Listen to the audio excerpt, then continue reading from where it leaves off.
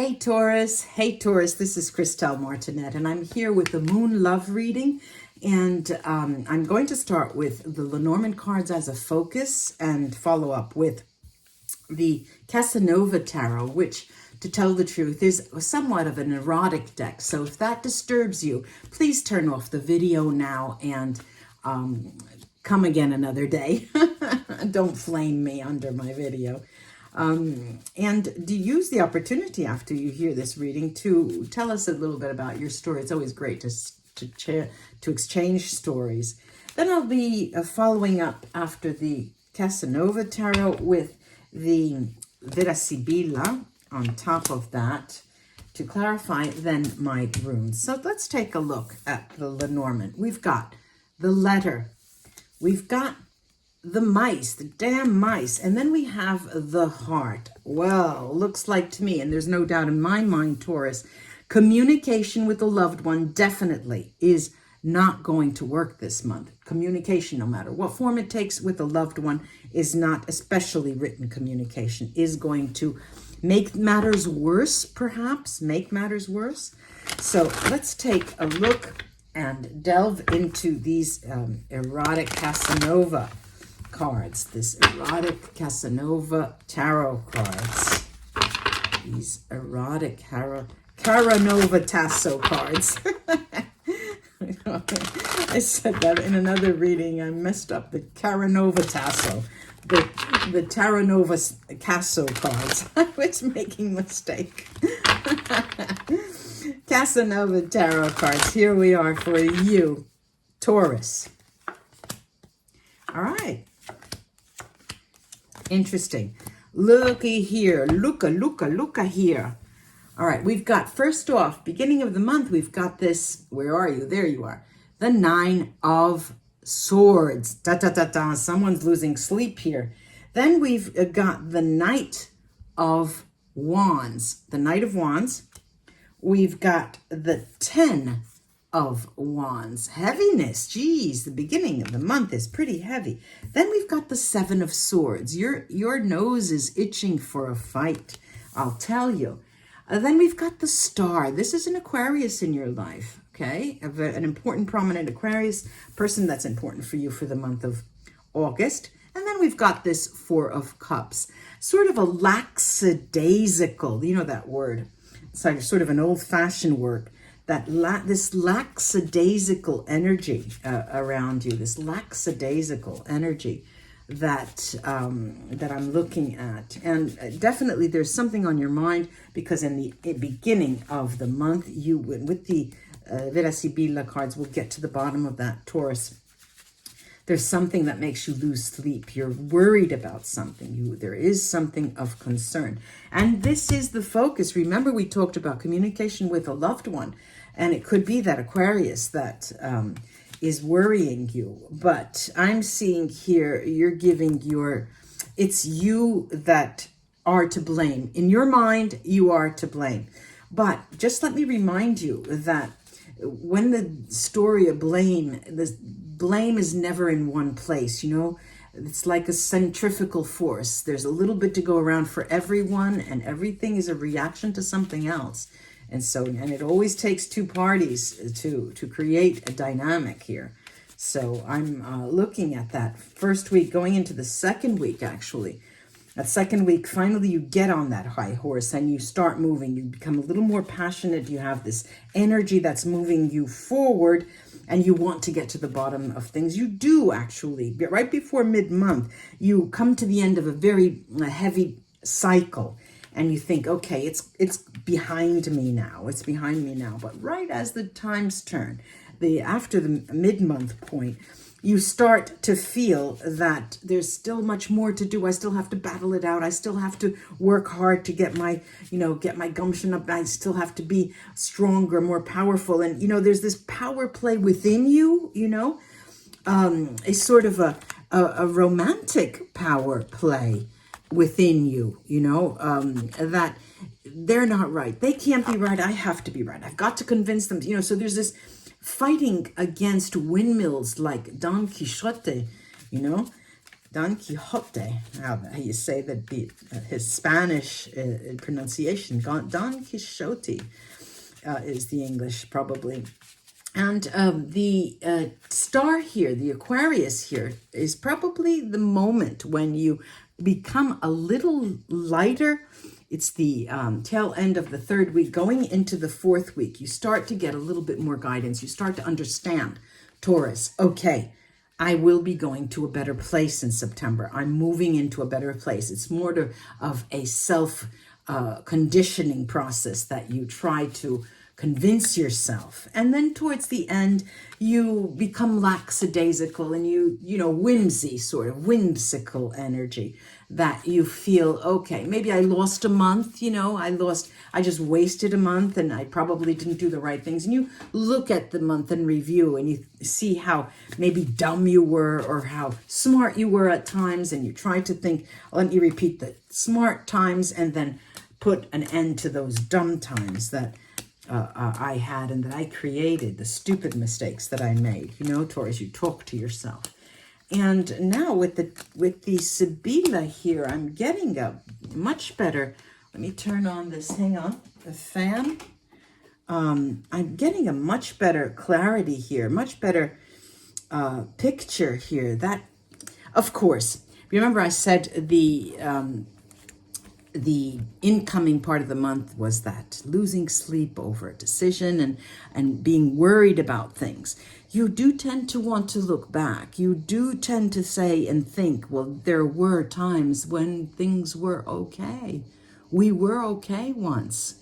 Maybe with a little help from our friends and my friends, we'll get there once again. And then into that, when you get on your high horse and you become passionate about going forward and restoring things, is when you do restore the message that you are faithful. All you do is try to make that relationship work. You restore faith in you and try to have them see you in a different light. But for some reason, that takes up so much of your energy and it brings you down. So much so that you're moving towards the middle of the month where it's finally coming to an end, this heavy burden. And, you do look back, as I said, but you look back at a time when you were unsure about that person's love. You look at a time when you were not gelled as a couple, and it was almost, the way we were was better than the way we are, you think to yourself, when it was in the beginning. But now you see that this is the beginning of something new with this person that you're not very happy about because things are changing, not in your favor, not in the way that you would like them to change. Then we have, after the mid-month point, after the 15th, and going into the third week, we've got a notion that, maybe I can propose. Maybe I can take that person on a vacation. Maybe we can do something that we did in the past. And you start thinking, how can I revive this fire? But you see that all of your efforts are not working out. They're not working out. They're empty illusions, and you then try to quickly cover up even those thoughts that, you say to yourself, oh, did I really say that? Did I really think that? What am I, crazy? Why? What am I doing thinking like that? Then you're into the third week, and the third week starts to give you, with this star here, and the star, as I said, there's this Aquarius energy, starts to see you reasoning with a bit more clarity. You see that it's possible in the long run, not in August, but in the long run, you see that there will be a positive change coming out of what has just happened in this month up until that point. Then we've got this end of the month that is sort of, remember I said lackadaisical, where you think, let me think of just the positive moments. Let me think of what I can pull out of my, magical hat to see what, maybe I can bank on those good times and then put them together like in a puzzle and see a picture that is different, you think to yourself. And that gives you pause, that makes you calm to a certain extent, but it almost makes you,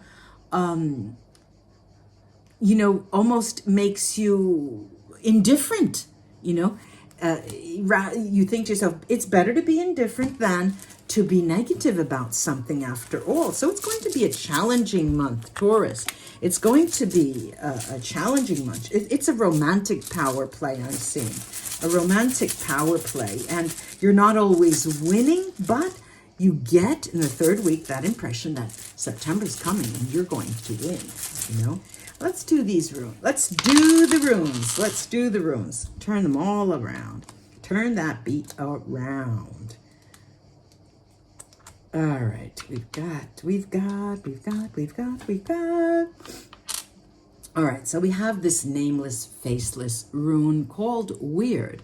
And it is a faded, undisclosed rune. And it is a rune that talks of something coming in. Love is coming in. You get the impression love is going out. But, you do have to close a door, Weird tells you, before you open another one. Don't you remember that, Taurus? You say to the universe is saying to yourself. Then we've got Merkstave as well. This Kinats rune. Kinats is usually warmth, energy, power, and you start opening up. But you're not starting something new. You're not opening up. It's as if you just want to get those Band-Aids and patch up a situation, and it's not what the universe wants for you, to tell you the truth.